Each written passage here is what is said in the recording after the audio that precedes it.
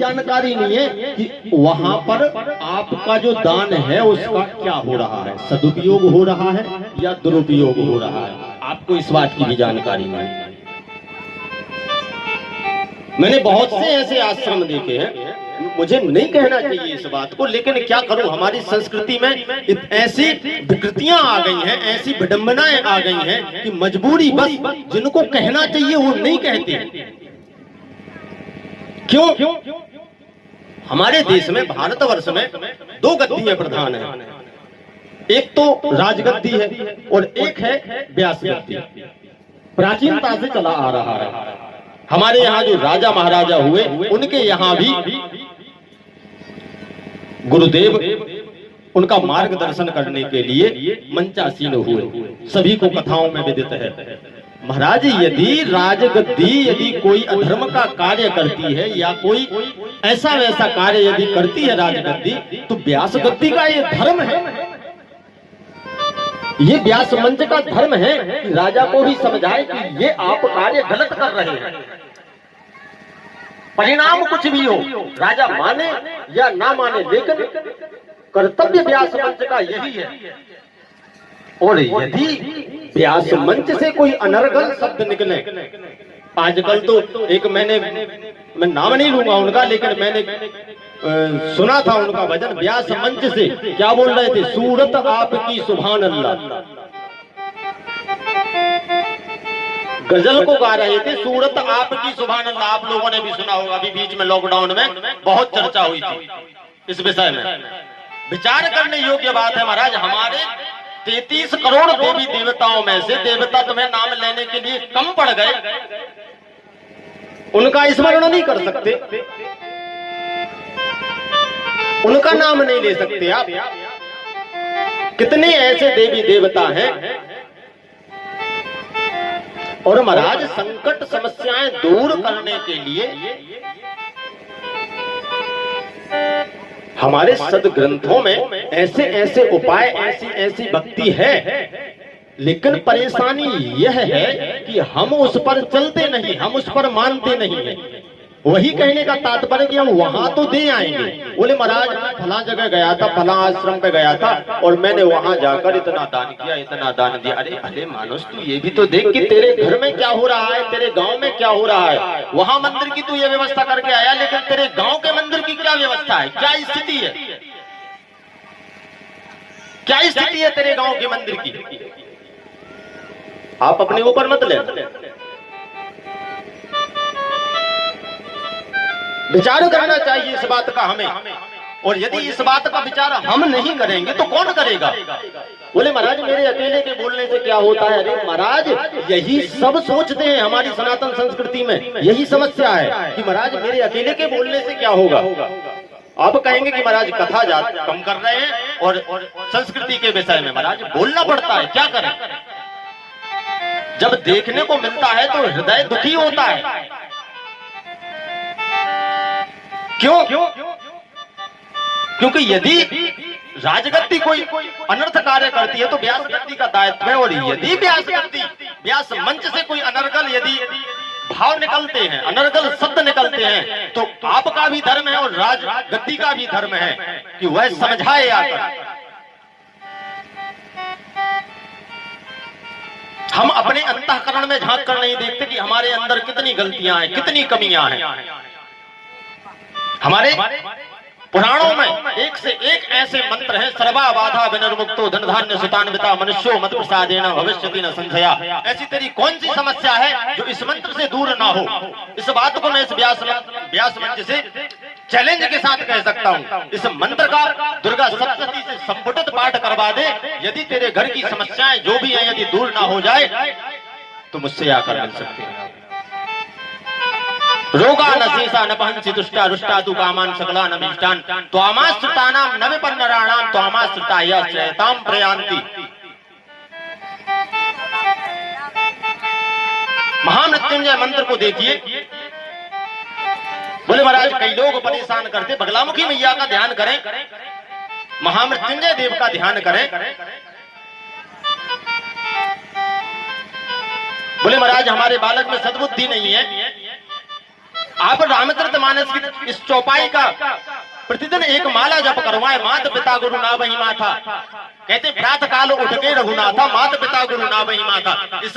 इस चौपाई का जब वो जप करेगा, मैं चैलेंज के साथ कह सकता हूं कि उसमें बुद्धि आएगी। लेकिन समस्या ये है कि हम अपने धर्म पर विश्वास नहीं करते, जो हमारे सदग्रंथों में लिखा है उस पर हम विश्वास नहीं करते। किसी अन्य की मझारों पे जाकर तो हम माथा टेक सकते हैं,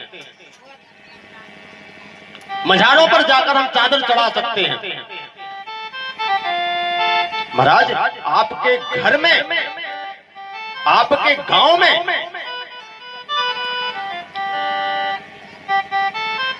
जो देवी देवता विराजमान हैं, आप उनकी सेवा तो करके देखिए। आप किसी देवता की सेवा मत कीजिए, किसी भगवान की सेवा मत कीजिए। महाराज, आप अपने माता पिता की सेवा करके देखिए। यदि आपका जीवन ना बदल जाए तो आप मुझसे कह सकते हैं कि महाराज ये आपने झूठ कहा था, ये आपने गलत कहा था। मैं किसी अन्यत्र या किसी अन्य व्यक्ति की बात को नहीं आगे बढ़ाऊंगा। मैं मेरे स्वयं के जीवन में जो मैं करता हूं और उसका जो फल जो मुझे मिला वो मैं आपसे कह सकता हूं। महाराज, मैं इतना बड़ा भक्त नहीं हूं, ना इतना बड़ा विद्वान हूं कि सारी की सारी कथाएं मुझे याद हैं। चारों वेद, 18 पुराण मुझे याद नहीं है। अपनी मति के अनुसार जो मैं आपको श्रवण कराता हूं, जो पूज्य गुरुदेव के माध्यम से जितना आशीर्वाद मिला है वही मैं आपको श्रवण कराता हूं। लेकिन मैं ज्यादा किसी देवी देवता की भक्ति नहीं करता हूं, लेकिन मैं अपने माता पिता को किसी ईश्वर से कम नहीं मानता। सबसे पहले मेरे माता पिता, इसके बाद अन्यत्र कोई देवता। यदि यह जीवन में आ जाए, भगवान राम ने रामचरितमानस में इसी की व्याख्या की है। जो मैं चौपाई आपको बता रहा हूं उसका सीधा सा तात्पर्य यही है। हमारे संत कहते हैं, हमारे शास्त्र कहते हैं कि बालक की यदि कोई प्रथम गुरु है तो वह उसकी माता है। जननी जन्मभूमिश्च स्वर्गादपि गरीयसी, कुपुत्रो जायेत क्वचिदपि कुमाता न भवति। लेकिन नहीं, जो हमें करना चाहिए हम वो नहीं करेंगे। यह तो हमने प्रतिज्ञा कर ली है और फिर फला बाबा के यहाँ जाएंगे, उस मझार पर जाएंगे, उसकी चौखट पर जाएंगे। जा भाई, और क्या होगा? ऐसा तो होगा ही। घर के देवी देवताओं को, घर के माता पिता को वृद्धाश्रम में छोड़ने जाओगे तो महाराज ये तो बौनी हुई। आश्रम में कुंवार के महीने में हमने जब गेहूं बोया, अब जाकर कटेगा। आज हमने अपने माता पिता को यदि वृद्धाश्रम में छोड़ दिया महाराज, तो कल इस बात की गारंटी है, इस बात को लिख लेना, जो दुख तूने तेरे माता पिता को दिए हैं वही दुख तेरे बालक तुझे देंगे। इस बात की गारंटी है, कोई दो राह नहीं। कहते कोई ना कारू सुख दुख कर दाता, निज कृत कर्म भोग सब भ्राता। अपने अपने कर्मों का फल सबको मिलता है। कितना निरादर घर घर में माता पिता का हो रहा है। जिस माँ ने 9 महीने हमें गर्भ में रखा, जननी जने तो भक्त जने याद आता, या सूर ना जननी बांधे भली क्यों ना से निज नूर। कितना कष्ट सहन करती है वह माता हमें जीवन देने के लिए, हमें इस संसार में लाने के लिए। एक पिता अपने सर्वस्व का परित्याग कर देता है हमारी सुंदर शिक्षा के लिए, हमारी सुंदर शिक्षा के लिए। लेकिन हम क्या करते हैं? थोड़े से बड़े हुए, थोड़ा सा अध्ययन किया और क्या कहते हैं, अरे माताजी तुम कुछ ना जानो, तुम चुप बैठो। अरे पिताजी तुम कुछ ना जानो, तुम चुप बैठो। क्या प्रभु प्रसन्न होंगे? क्या तेरी भक्ति काम में आएगी? क्या तेरी भक्ति वहां पर ये लिखी जाएगी कि तू अपने माता पिता को कष्ट दे और यहाँ आकर मंदिर में भक्ति कर? महाराज, कोई काम की नहीं आपकी भक्ति, कोई काम की नहीं आपकी भक्ति। कोई विद्वान आपको इस बात को बताए अथवा ना बताए, लेकिन इस बात को मैं इस मंच से कह सकता हूं कि किसी काम की आपकी भक्ति नहीं है।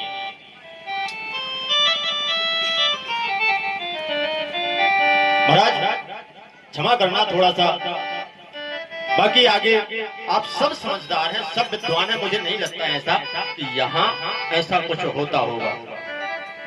मैं अपने जीवन से समझता हूँ। मैंने भी जब अध्ययन किया महाराज, तो उस समय की स्थिति, मैं भी बहुत गरीब घर से था जब मैंने अध्ययन किया, लेकिन महाराज मेरे माता पिता ने आश्रम में मैंने जिस वस्तु के लिए फोन किया, किस स्थिति में वह वस्तु उन्होंने वहां पर पहुंचाई, मुझे जानकारी नहीं। लेकिन मुझे आश्रम में कोई समस्या नहीं हुई, जबकि मैं जानता था कि मेरा परिवार कितना गरीब परिवार है। और यदि राधे राधे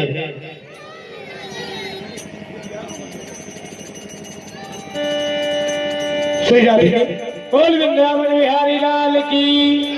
नींद लग जाती है कथा सुना सुना सब। महाराज राधे राधे के रहे पता ही नहीं लगती है महाराज राधे। और भक्ति भजन बिना ये नर्तन मंजा न देगा, भक्ति भजन बिना ये नर्तन मंजा न देगा।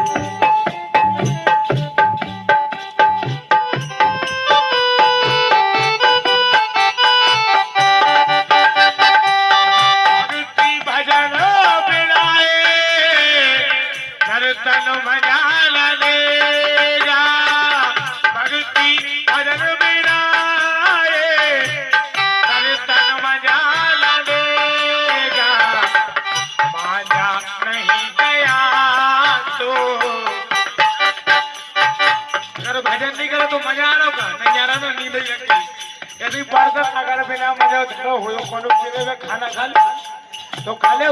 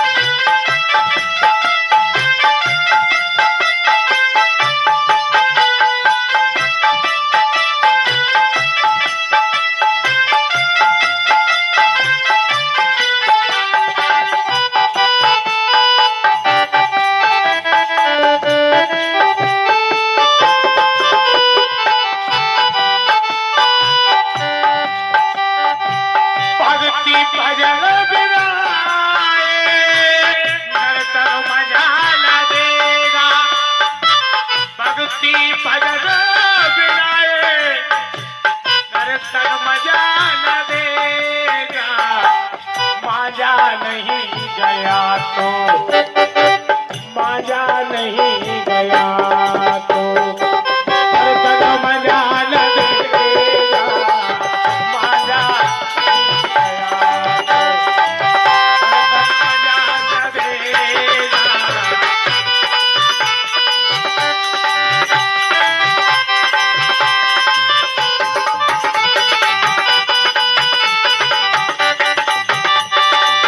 राजा रानी दो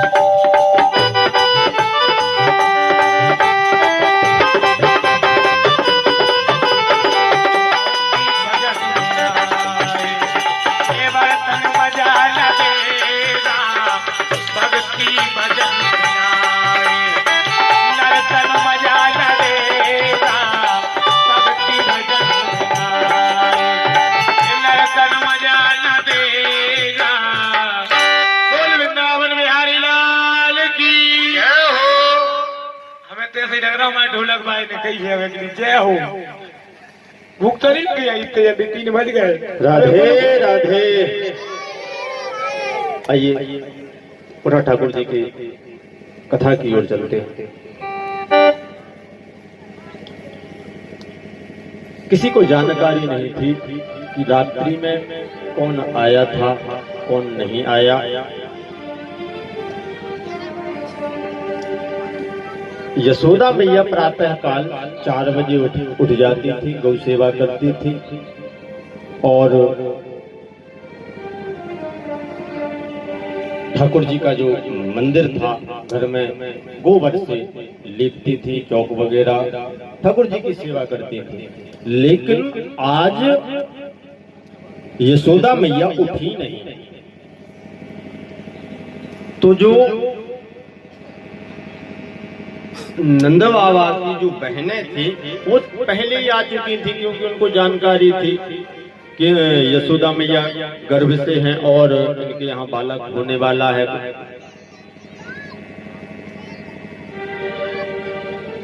तो उनकी बहनों का एक का नाम था नंदा, एक